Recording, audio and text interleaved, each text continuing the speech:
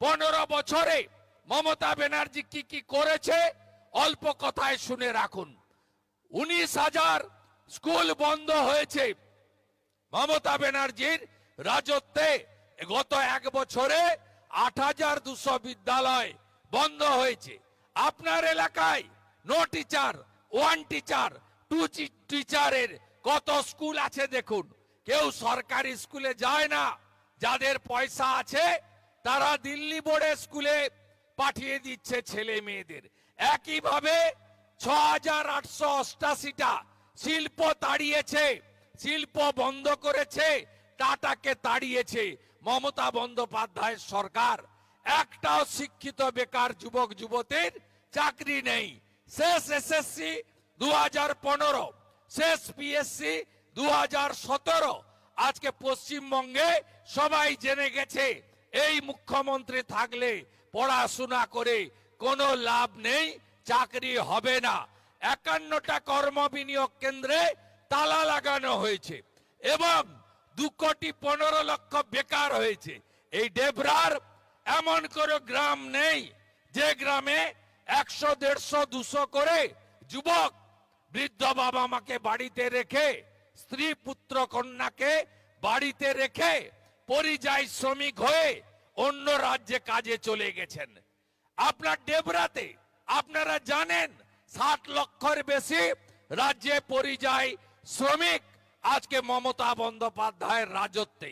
অন্যদিকে আয়ুষ্মান ভারত চালু করতে দেয়নি, 5 লাখ টাকা পর্যন্ত চিকিৎসা।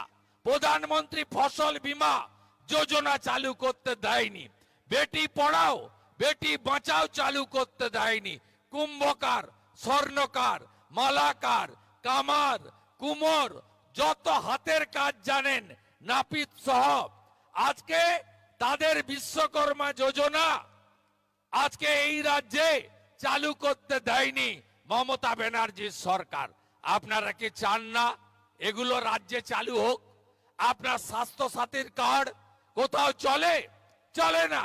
আপনি যখন ভেলোরে যান, কটকে যান, ভুবনেশ্বরে যান, বাঙ্গালোরে যান, মুম্বাইতে যান, তখন আপনার ওই স্বাস্থ্য সাথীর কার্ড চলে না আর আপনি আয়ুষ্মান ভারত থেকে বঞ্চিত।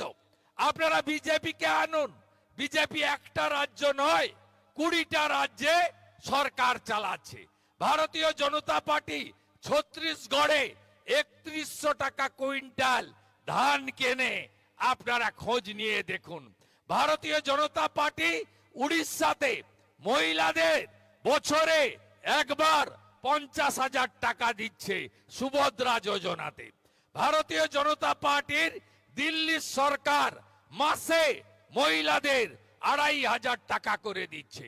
মহারাষ্ট্রের সরকার 2,000 টাকা করে দিচ্ছে। হরিয়ানার সরকার 2,100 টাকা দিচ্ছে। রাজস্থানে গ্যাস 500 টাকাতে বিজেপি সরকার দিচ্ছে।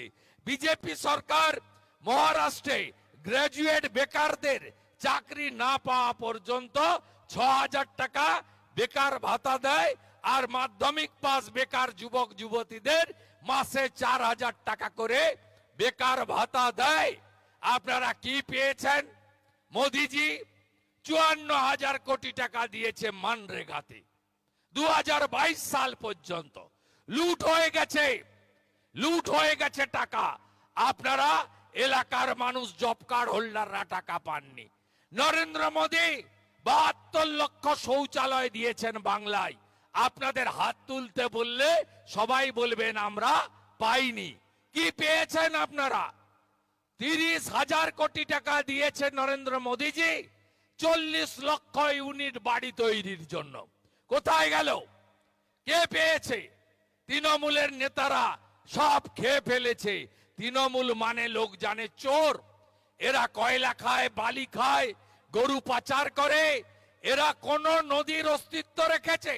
একটা নদীর অস্তিত্ব আছে। আজকে বালি লুট চলছে। পুলিশের সঙ্গে যোগ সাজস করে 75-25 ভাগ, 25 নেয় পুলিশ আর এই লোকাল তৃণমূল, 75 সরাসরি কালীঘাটে যায়। একটু আগে তন্ময় বলছিল যে অনেক চুরি দেখলাম। বারাসাতে মরে যাওয়া লোকের মর্গে চোখ চুরি দেখলাম, আর কালকে দেখলাম ফাইল চুরি, কালকে দেখলাম ফাইল চুরি, কালকে দেখলাম ফাইল চুরি। এই আইপ্যাক হলো একটি কর্পোরেট সংস্থা। তাদের বিরুদ্ধে অভিযোগ কি 2022 সালে কয়লা কেলেঙ্কারি, লালার নেতৃত্বে, বিনয় মিশ্রর নেতৃত্বে কয়লা কেলেঙ্কারি, সেই কেলেঙ্কারির টাকা তৃণমূলের ফান্ডে ঢুকেছে সবাই জানে। হাওলার মাধ্যমে কোটি কোটি টাকা গোয়া নির্বাচনে তৃণমূল খরচ করেছে আইপ্যাকের মাধ্যমে। দিল্লিতে কেস রেজিস্টার হয়েছে, আইপ্যাকের কাছে তদন্তের জন্য ইডি রেড করেছে। মমতা ব্যানার্জির কি স্বার্থ আছে?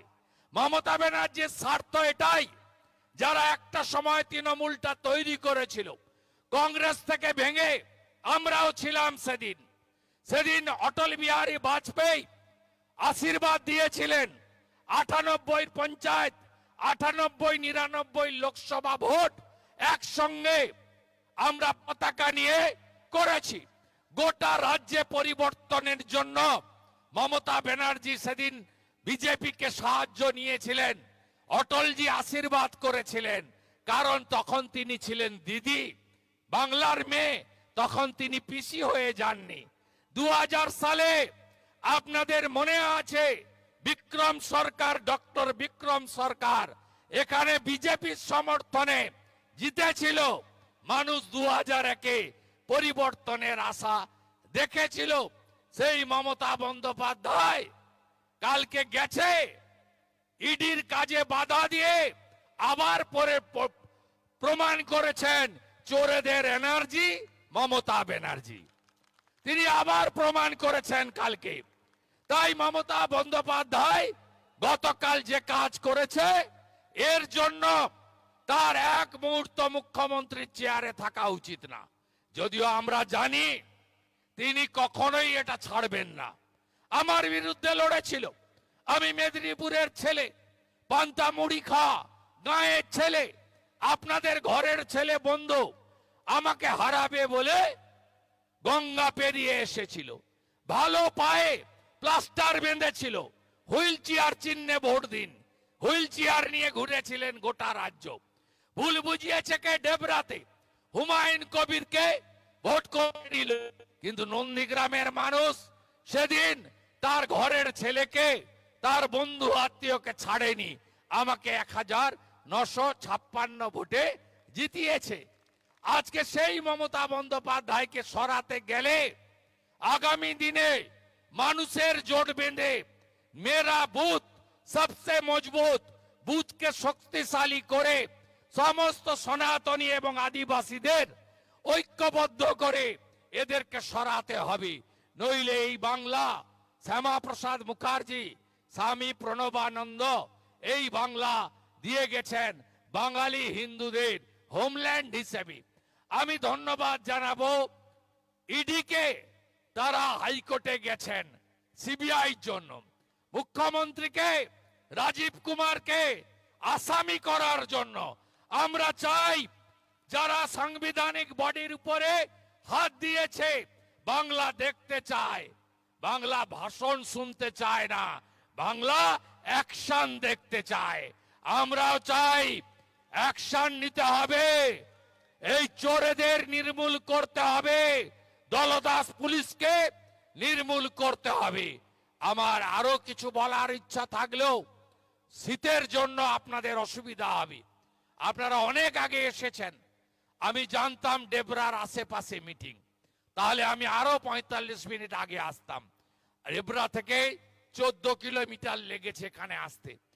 আর আমার এখান থেকে খড়গপুরে উদয় রাও একজন তরুণ ক্রিকেটার, সিভিক ভলেন্টিয়ার, ওখানে একজন হাদি হোসেন বলে তৃণমূলের কাউন্সিলর, তার বাহিনী তাকে খুন করেছে। ওখানে হিন্দুরা অপেক্ষা করছে ধ্বজ নিয়ে, বড় মিছিল হবে, শ্রদ্ধাঞ্জলি সভা হবে। আমি ডেবরার মানুষের কাছে আবেদন করব, এবারের নির্বাচনে আপনারা নরেন্দ্র মোদীজির নেতৃত্বে ভারতীয় জনতা পার্টিকে জেতান। আমরা গতকালের ঘটনা নিয়ে আপনারা নিশ্চিন্ত থাকুন, ভারতীয় জনতা পার্টি 1 ইঞ্চিও ছাড়বে না। এ লড়াই চলছে, চলবে। শুধু গতকাল ইডির উপরে হামলা নয়, আজকে যখন 2:30টায় কোর্টে মামলা উঠেছে, তখন তৃণমূলের লিগাল সেলের লোকেদেরকে দিয়ে কোর্টে শুনানি পর্যন্ত করতে দেয়নি। এই রাজ্যে কোন সাংবিধানিক বডি, জুডিশিয়ারি কাউকে এরা রিয়াত করে না।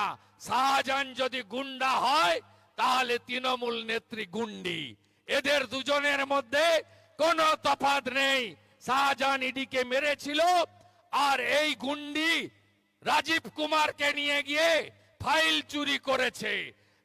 জেনে গেছে জনতা ফাইল চোর, জেনে গেছে জনতা, জেনে গেছে জনতা, জেনে গেছে জনতা, জেনে গেছে জনতা।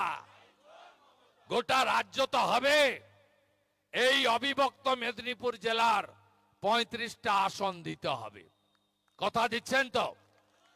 আরো 5 বার আসবো, যখন ডাকবেন আসবো, মকরে পিঠা খেতে ডাকলেও আসবো। দেবেন তো দেবরা? আসল পরিবর্তন হবে। অনেক পরিশ্রম করে পরিবর্তন এনেছিলাম আমরা। দিদি থেকে দিদিমা হয়ে যেতেন মাননীয়া, কোনোদিন মুখ্যমন্ত্রী হতেন না। আরো ভালো ভালো খবর দেখতে সাবস্ক্রাইব করুন বাংলা হান্টের ইউটিউব চ্যানেল। বাংলা হান্টের আরো খবর দেখতে নজর রাখুন। বাংলা খবর মানেই বাংলা হান্ট।